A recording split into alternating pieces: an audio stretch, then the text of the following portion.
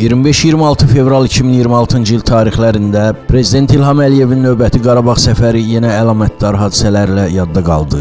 Xüsusilə də Xocalı faciəsinin 34-cü il dönümündə dövlət başçısının həmin bölgəmizdə olması olduqca dərin və simvolik anlam kəsb edir. Millətimizin qəlbində silinməz bir yara buraxmış bu faciə hər il dövlət səviyyəsində anılır. Prezident İlham Əliyevin də bu faciəli tarixdə Xocalıda olması, əhali ilə bir araya gəlməsi, ələlxüsus Xocalı soyqırımı memorialının açılışında iştirakı Xocalı sakinlərinə göstərilən mənəvi dəstək nümunəsidir. Bu həm də şəhidlərimizin xatirəsinə ehtiramın ifadəsidir. Qeyd edək ki, Xocalı soyqırımı memorialı Prezident İlham Əliyevin 2025-ci ilin fevralında imzaladığı sərəncama əsasən Xocalı faciəsi qurbanlarının xatirəsinin əbədiləşdirilməsi, tarixi həqiqətlərin gələcək nəsillərə çatdırılması və milli yaddaşın qorunması məqsədi ilə yaradılıb. Layihə Heydər Əliyev Fondu tərəfindən hazırlanan konsepsiya əsasında reallaşdırılıb. Memorialı 4 tərəfdən əhatə edən monolit, Xocalı sakinlərini soyqırımından qorumağa çalışan rəmzi əllər formasında layihələndirilib.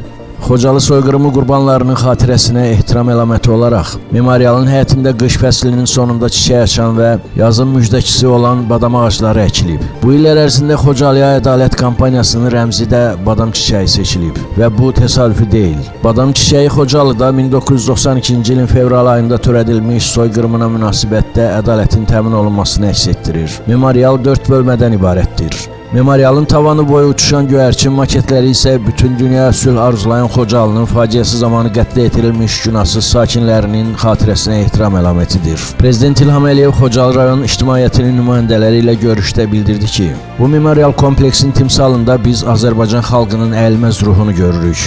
Dövlət başçısı bir daha bəyan etdi ki, bugün Azərbaycan dövləti o qədər güclüdür ki, heç kimin ağlına bizə qarşı hər hansı bir təxribat törətmək gəlməsin.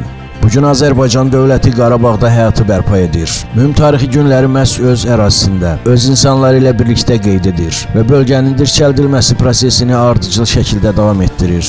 Prezident İlham Əliyevin bu səfəri azad edilmiş ərazilərimizdə artıq keçmişin acı xatirəsinin deyil, nikbin gələcəyə olan inamın hökm sürdüyünü aydın şəkildə nümayiş etdirir. İllərdir qan yaddaşımıza həkk olunmuş Xocalıda reallaşan hər bir layihə bu ərazilərin Azərbaycanın sosial-iqtisadi və mədəni məkanına tam və dönməz inteqrasiyasının göstəricisidir. Xocalı soyqırımı Azərbaycan xalqının qəlbində sağalmaz yara olsa da, eyni zamanda milli qürur və mübarizə ruhunun rəmzidir.